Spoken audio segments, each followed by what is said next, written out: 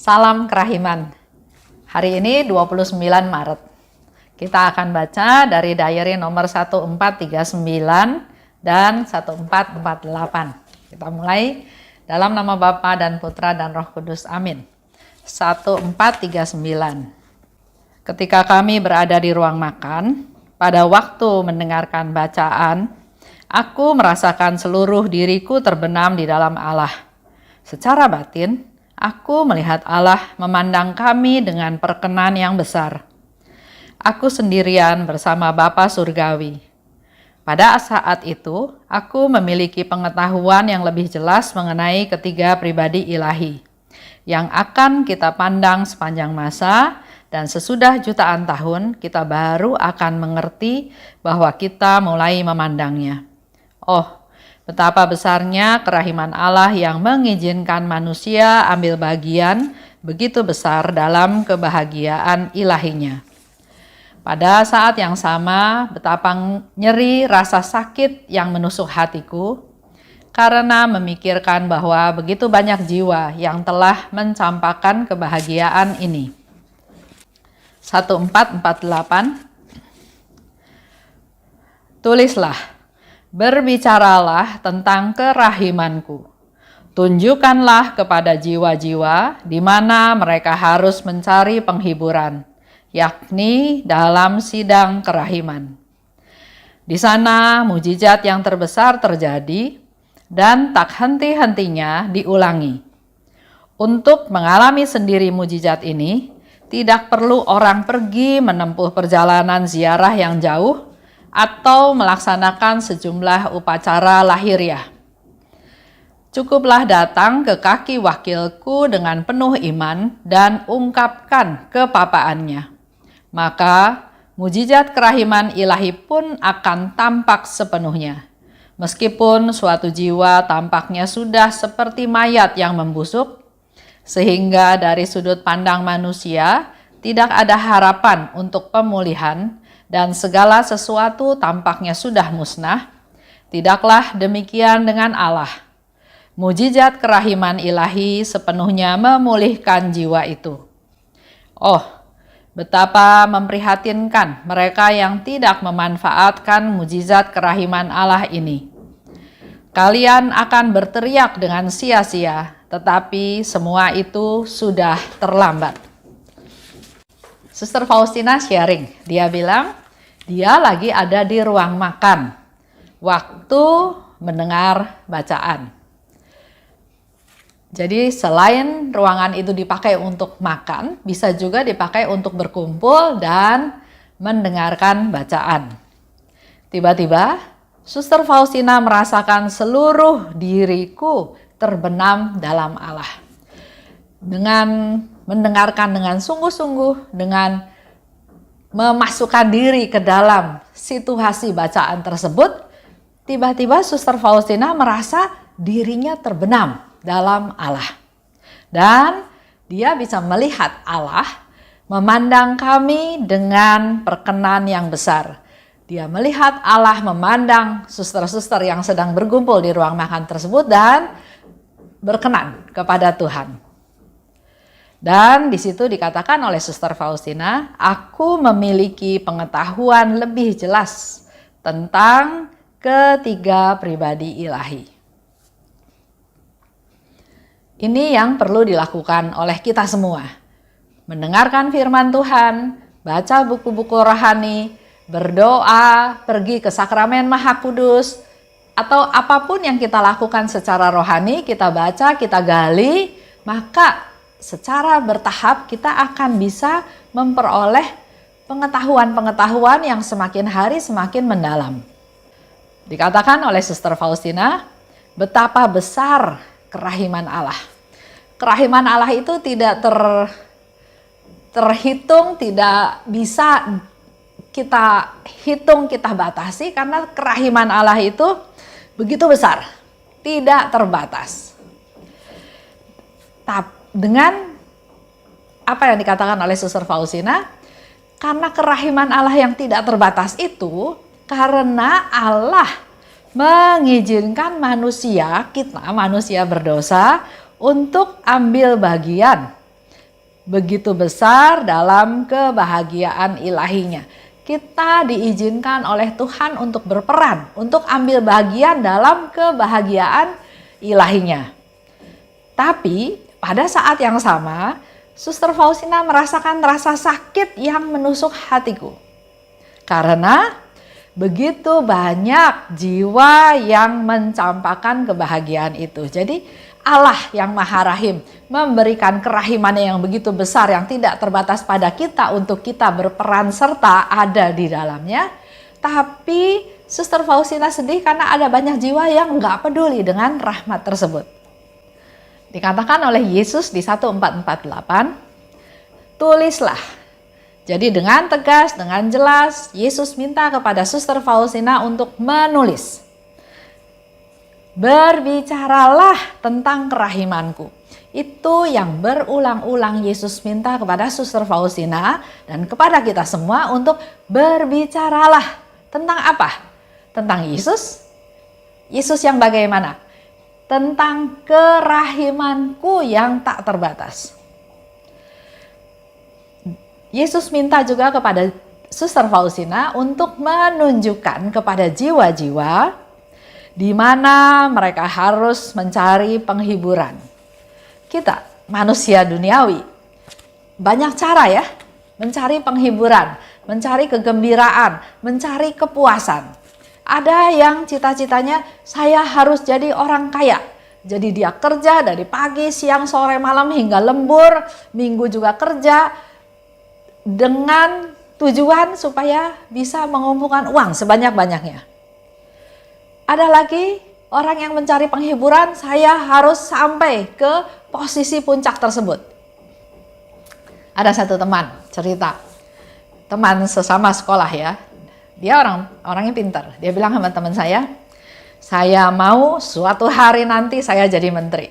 Ya waktu SMA, waktu dengar seperti itu ya acuh saja ya, cuek-cuek saja.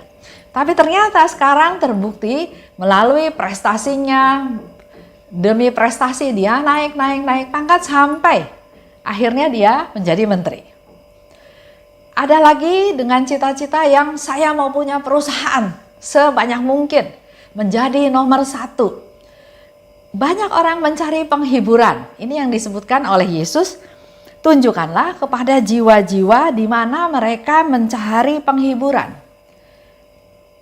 Tadi saya sudah jelaskan ya, ada yang uangnya sebanyak mungkin, pangkatnya setinggi mungkin, kuasanya sebesar mungkin, dia mencari penghiburan, merasa puas, merasa happy, merasa cita-citanya tercapai. Tapi di sini Yesus katakan, beritahu kepada jiwa-jiwa yang mencari penghiburan, jangan cari di hal-hal yang duniawi. Sifatnya sementara, sifatnya fana, tapi masuk ke dalam sidang kerahiman. Jadi buat kita semua, kalau mau mencari kebahagiaan, carilah di sidang kerahiman. Yang dimaksud oleh Yesus sidang kerahiman itu adalah menerima sakramen taubat. Di sana dikatakan oleh Yesus, di sana maksudnya di dalam sidang kerahiman, mujizat terbesar terjadi. Yesus yang bilang, Tuhan yang bilang, mujizat terbesar terjadi dan tak henti-hentinya diulangi. Jadi bukan satu kali kita menerima sakramen tobat terjadi mujizat dan setelah itu besok-besoknya enggak ada lagi. Tapi Yesus katakan di ruang sakramen kerahiman, di ruang sakramen tobat, di sidang kerahiman, mujizat terbesar terjadi. Dan tak henti-hentinya diulangi. Jadi setiap kita masuk ke sakramen tobat, masuk ke ruang pengakuan, terjadi mujizat terbesar di sana. Enggak pernah habis mujizat-mujizat tersebut. Meskipun suatu jiwa tampak seperti mayat yang membusuk. Sering orang merasa dosa saya besar sekali. Enggak mungkin Tuhan mengampuni saya. Kita ingat lagi contoh cerita orang yang sudah sekarat, tapi dengan bantuan Suster Faustina yang meminta pada seorang pastor untuk berdoa buat si sakit, akhirnya terjadi pertobatan. Jadi buat Yesus nggak ada dosa yang nggak bisa diampuni. Bahkan dikatakan sudah jadi mayat yang membusuk. Bukan baru mati ya, tapi sudah mayat yang membusuk. Yang menurut mata manusia udah nggak mungkin, udah nggak ada harapan, udah mustahil. Tapi buat Yesus, dia bisa melakukan pemulihan terhadap jiwa ini. Memang dari sudut pandang manusia, orang ini udah nggak ada harapan. Tapi segala sesuatu yang sudah tampak musnah itu, tidaklah demikian dengan Allah. Allah selalu memberikan kesempatan kepada kita untuk dipulihkan, untuk hidup kembali, untuk suci kembali, untuk dibersihkan, untuk pertobatan. Mujizat kerahiman ilahi sepenuhnya membangkitkan jiwa itu. Karena memang untuk jiwa-jiwa seperti itu, dia hanya butuh kerahiman Tuhan. Kemurahan hati Tuhan, pengampunan dari Tuhan, itu yang dia butuhkan dan dia menjadi hidup lagi. Mujizat kerahiman itu adalah pengampunan dosa. Disegarkan kembali dan yang terpenting kita dengan pengampunan dosa, dengan disegarkan kembali, dikuatkan kembali, kita menjadi manusia-manusia baru.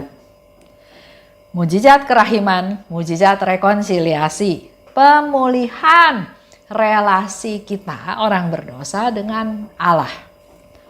Katakan lebih lanjut, betapa memprihatinkan mereka yang tidak memanfaatkan mujizat kerahiman Allah ini.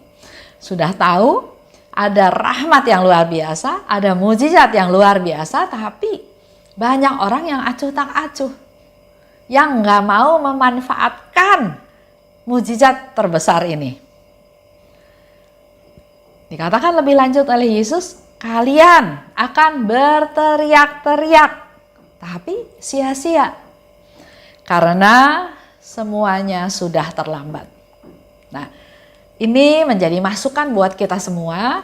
Selama masih ada waktu di mana pintu kerahiman terbuka lebar, mari kita datang menimba rahmat, kekuatan, kesegaran dari Tuhan. Dan bukan untuk kita aja, kita pun berhak, berkewajiban untuk mengajak jiwa-jiwa lain supaya mereka juga bisa memperoleh rahmat kerahiman dari Tuhan. Jangan kita singkirkan, jangan kita acuh tak acuh, tapi mari kita peduli pada mereka. Diajak belum tentu mau, kita doakan. Dengan kita doakan, kita persembahkan dia pada Tuhan.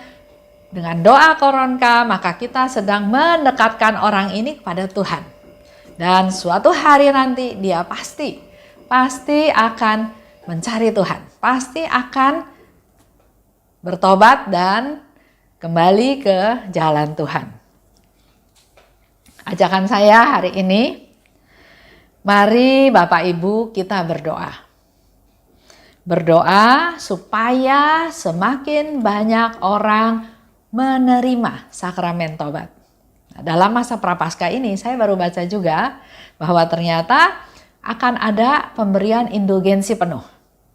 Kita tahu ya, dalam pesta kerahiman ilahi kita akan memperoleh indulgensi penuh.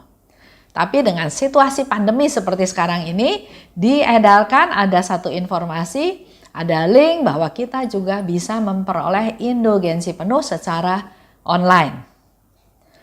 Selain untuk kita sendiri, kita berpikir berdoa untuk orang-orang yang sungguh-sungguh butuh rahmat sakramen tobat tersebut. Orang-orang yang berdosa, orang-orang yang gak kenal Tuhan, orang-orang yang menjadi sesat, orang yang meninggalkan gereja, orang yang suam-suam kuku. Banyak jiwa-jiwa yang perlu kita persembahkan, yang perlu kita doakan supaya mereka tergerak hatinya mau datang ke sidang kerahiman untuk memperoleh penghiburan. Datang ke sidang kerahiman itu bukan untuk diadili, bukan untuk disiksa, tapi untuk memperoleh pengalaman. Pengalaman apa? Di dalam sakramen tobat, di dalam ruang kerahiman, kita datang, kita akan bisa memperoleh pengalaman dipeluk Tuhan. dikasihi Tuhan, diampuni Tuhan, disayang-sayang sama Tuhan, dibela oleh Tuhan. Semua itu bisa kita alami karena memang Tuhan mau melimpahkan mujizatnya yang terbesar. Dan mujizat itu tanpa henti terus diulangi. Itu aja untuk hari ini. Manfaatkanlah waktu untuk bisa menerima sakramen tobat. Karena Yesus katakan terjadi mujizat terbesar dan tak henti-hentinya diulangi. Amin. Dalam nama Bapa dan Putra dan Roh Kudus. Amin. Salam kerahiman.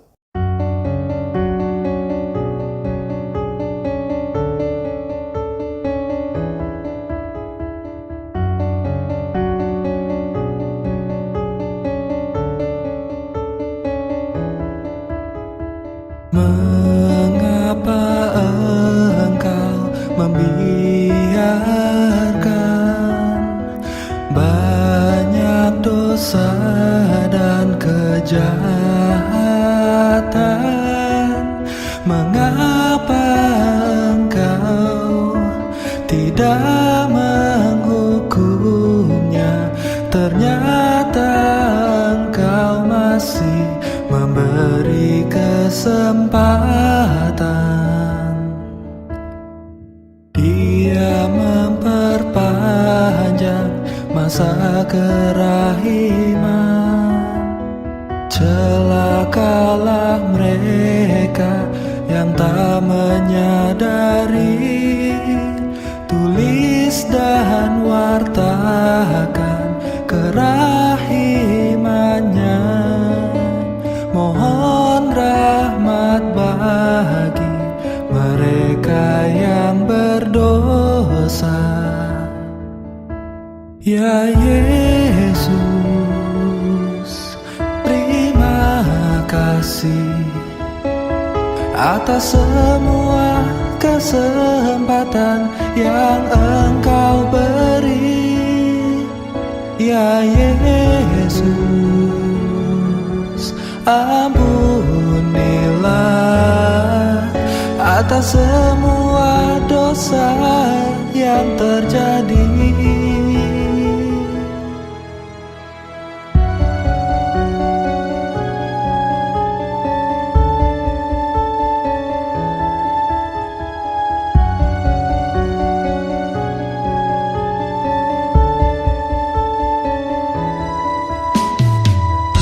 Mengapa engkau membiarkan banyak dosa dan kejahatan? Mengapa engkau tidak menghukumnya? Ternyata engkau masih memberi kesempatan. Dia memperpanjang masa kerahiman. Celakalah mereka yang tak menyadari. Tulis dan wartakan kerahimannya. Mohon rahmat bagi mereka yang berdosa. Ya Yesus, terima kasih atas semua kesempatan yang Engkau beri. Ya Yesus, ampunilah atas semua dosa yang terjadi. Ya Yesus, terima kasih atas semua kesempatan yang Engkau beri. Ya Yesus, ampunilah dosa yang terjadi